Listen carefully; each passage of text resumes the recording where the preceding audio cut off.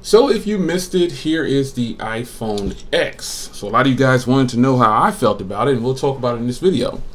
So what I'm going to do is I'm going to start with some of the things that I thought were not so impressive or was a little disappointing. Let's look at right here, the pre-orders. So this phone, this is the iPhone X. We knew what it looks like. A lot of us have dummy models. But this phone doesn't come out until pretty much November, December, and probably for January for some people, because you know that they're going to say that the quantities are limited and you just won't be able to get it. So that's a huge failure right there to me. It's a letdown, if anything, that you have to wait so long to get it. So pre-orders don't start until the end of October, which is horrible. It's almost like this phone is not ready, but they still wanted to show it off because of all the leaks.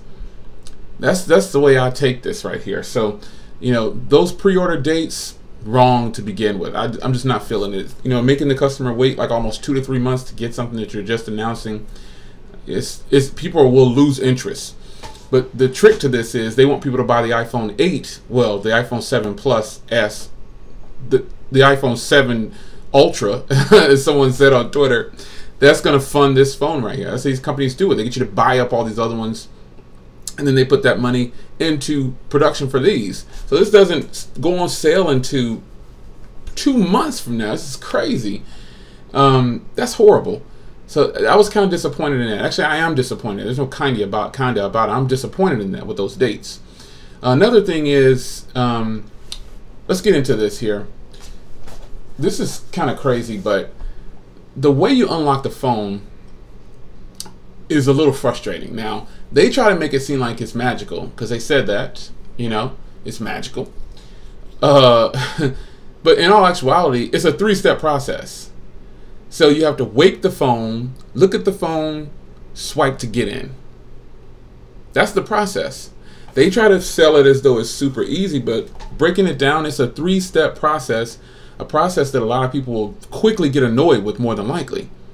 I'm annoyed with it already, and I don't even have the phone in hand yet. That's another thing. Now, Apple leaves out like battery size. They just say, oh, it's 2 hours more, and so they give stuff like that. They don't give the details that we want.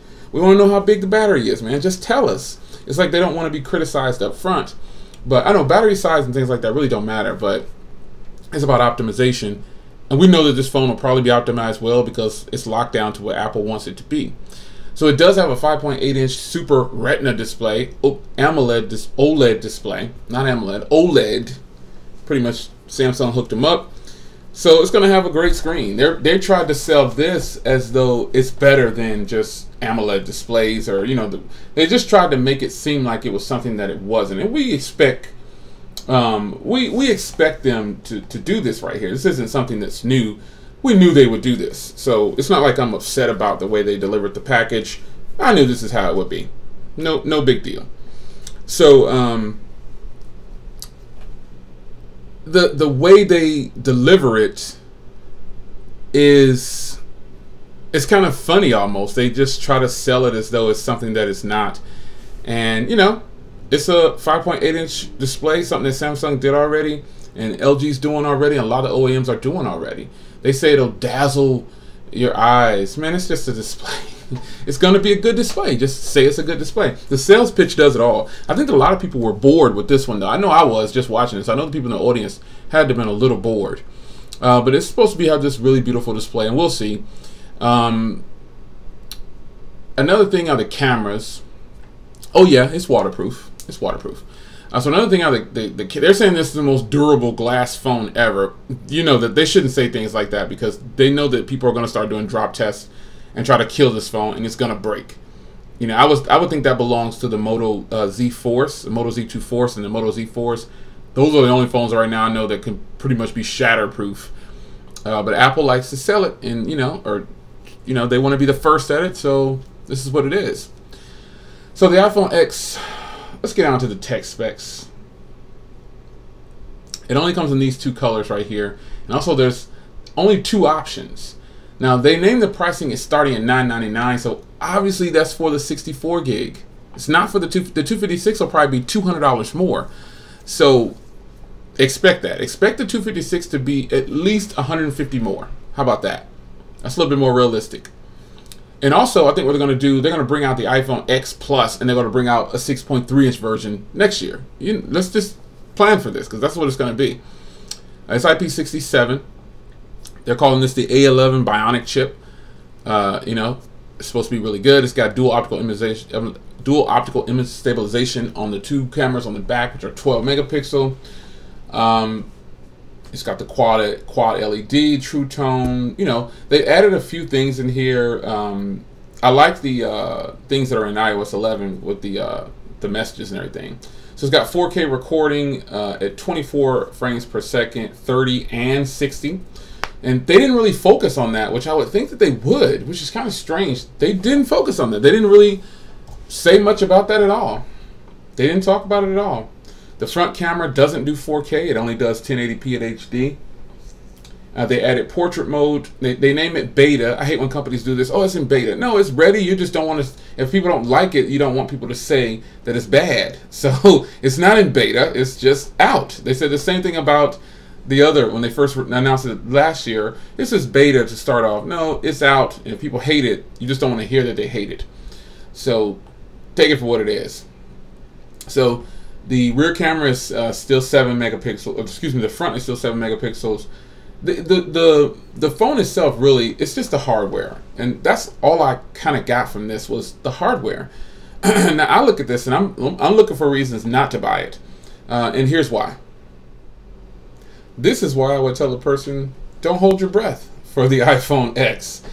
There's a lot of reasons now. This is they both have wireless charging, and let's just go to this right here for you so I can pull this up and show you side by side. And again, I'm not trying to stray people from buying the X. This is my reasoning behind if I don't purchase it. This is just what it is. iPhone 8. That's not correct. Where's the new iPhone 8 at? They got these pictures right here. It's definitely not it though. There we go. Okay, so here's some reasons why I would tell you to probably just skip this first iteration of this, because it's a tester device. Now, again, this is beautiful hardware. It's going to be nice. I'm sure it is. But here's when I put it side by side with this phone right here. I don't really see the need to do an upgrade to this. It does have a higher resolution display, but the price and also over here too, I can add this in too. iPhone 7 Plus. You can even add in the iPhone 7 Plus because it dropped $100. So the 256 gig iPhone 7 Plus is looking pretty good right now. So here's the iPhone 8 in the middle and the X over here on the left, and then the iPhone 7 Plus on the right here. Some small things to take note of is that there's still 1080p for the iPhone 8 Plus and the iPhone 8. Nothing changed. For some reason, it's heavier at 202 than 188, so we can imagine. Oh, the glass. That's why. The glass. Because it does have glass front and back now, and also has wireless charging here, and it has wireless charging here. This is IP68. This is IP67, actually. It's actually labeled wrong on here. The iPhone X is actually 67. That's according to Apple's website. But it is water resistant. So this is actually a nano-SIM, water resistant, Apple Pay. Everything's there. You've got a 5.5-inch 1080p display, and you've got a 5.8-inch like quad HD, if you will, almost 2K display, right? However, the pixel count is only 57 more, and with the way Apple's phones are, you're not going to be able to tell the difference just regular use. Now it does have Dolby Vision HDR compliance, but is that a reason you want to spend a lot more from either one of these phones than you would just to get this newer version that's limited, that's going to come out 3 months from now, and wait on this? Also, the wide color gamut is there, the 3D touch is there, but this still has the home button. This says home button, but we all know that's not correct.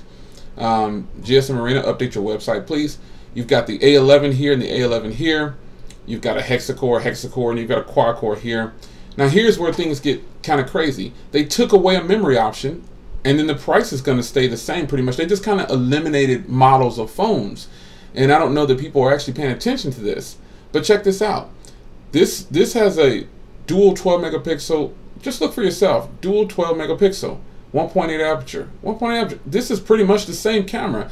They're telling us it's different and all these other things. Pretty much the same camera, folks. You just get wireless charging. And you get the new processor. And a new color for the iPhone 8 up to from the iPhone 7 Plus. Now if you shift over to the X, same thing, man. You got 3 gigs of RAM, 3 gigs of RAM, 3 gigs of RAM. All have 3 gigs of RAM. 7 megapixel, 7 megapixel, 7 the front cameras are identical. If anything, you're losing with the iPhone X. Because Touch ID on the front, the fingerprint reader, that's actually very useful. And also, I like these both have fast charging too, by the way. 30 minutes. So this is another reason why I feel like this is probably the smarter choice. Also, I like the design of this one. I like this new color. I feel like I'm losing by waiting on the Apple iPhone X. I feel like I'm losing by waiting on this. For some reason, the Touch ID on the front is going to be nice. This, I could even tell a person to not hold their breath and wait for this and just grab the iPhone 7 Plus now that it's going to go on a serious sale. It's going to be deeply discounted by a lot of people. So the refurbished market or the pre-owned market is going to be really good. Even new ones, even right now, the iPhone 7 Plus sells for about $600 brand new on Swappa. That's a really good deal. So imagine what the 32 gig is going to be now. And you just kind of weigh your options out here. I'm not trying to sway you at all. I'm just kind of laying the facts out here for you. This is what you're looking at. So the iPhone 7 and 7 Plus are now $100 cheap. The iPhone 7 started at $650, now starts at $750, which means the iPhone 7 Plus starts at $650 for the 32 gig. But I think they eliminated a memory option. So then what they're going to do now, more than likely, is bring in a 64 in here as a base model. Now, they didn't talk about that, but they do sneaky things like that. So then you got the iPhone 8 that starts at $699. So that to go from here to here, they're almost trying to tell you for the iPhone 7 Plus, don't buy it. Go ahead and buy the iPhone 8 because it's only $50 more. So the 256 gig, when you think about this now, they didn't announce this pricing, but they're not going to have the 256 gig iPhone 8 at $899 because that'll probably be the same price of the iPhone 7 Plus. So the iPhone 7 Plus 256 gig more than likely has to drop to $750 or $850. It has to be cheaper than or more affordable than the iPhone 8. So they're giving you this kind of bag to where you want to force you up to the iPhone 8 almost. The iPhone X isn't realistic for me, and it's not the best option of all these iPhones right here. I just don't see it being the best option. Now you weigh it out how you want to weigh it out, but this is how I'm viewing this. Now the hype is over, and I was excited about the iPhone X, but after I saw, firsthand what they're talking about, what they're doing, I don't see, again, same thing for several other phones, I just don't see myself running out to grab them on first bid. So, it's always like this at product launches. I'll tell you how I feel at the moment. This is how I feel right now as of September 12th, 2017, the day of the Apple event. The iPhone 8 Plus seems like a smarter choice for me. Even another iPhone 7 Plus 256 gig or 128 gig. If they've eliminated, don't be surprised. And they might have already announced it. Maybe I missed it, but I wouldn't be surprised if there's an iPhone 7 Plus 64 gig. I just wouldn't be shocked. That's an even more better reason why you shouldn't hold your breath. Now, unless you just like wireless charging and you want the new chip, go ahead and go with the iPhone 8. I actually plan on grabbing the iPhone 8 Plus. I just feel like, why not? All of my cases will probably fit. My battery packs will probably fit. Things like that. That's what I'm thinking about. Because I'm getting the same processor and I'm getting the same cameras. Like, for real. They're saying dual optical image stabilization on here. That's great. Fantastic. But I don't need dual optical image stabilization. So I don't know, man. I just feel like they didn't give us 4K recording on the front like the rumors said. So now the Essential phone is pretty much the only phone that can do 4K on the front. And that phone, you know, I don't know, I just lost interest in it. I'm still gonna get it, but I'm not rushing to get it. You know, I'm not rushing to get the Mi Mix anymore. It's just another 1080p display with good hardware.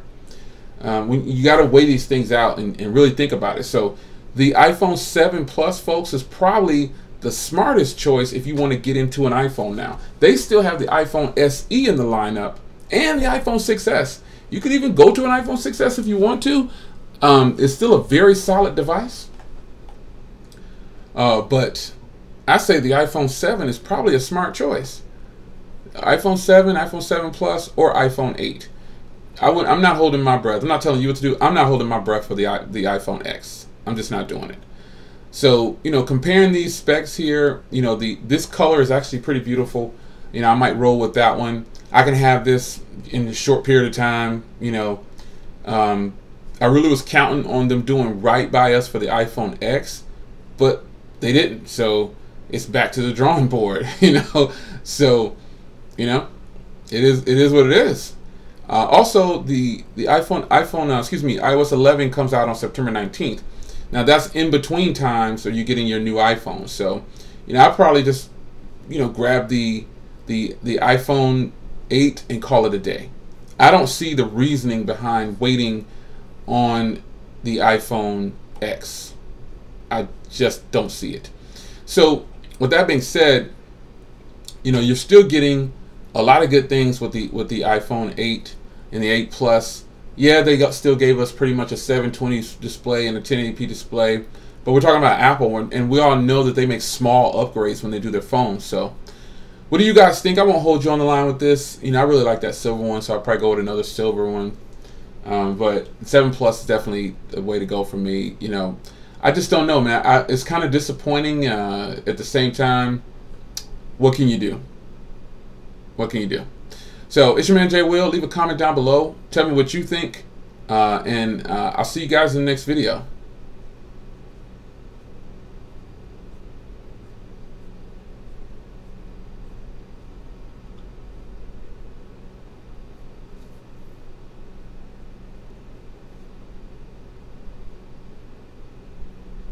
Very limited choices. Very limited.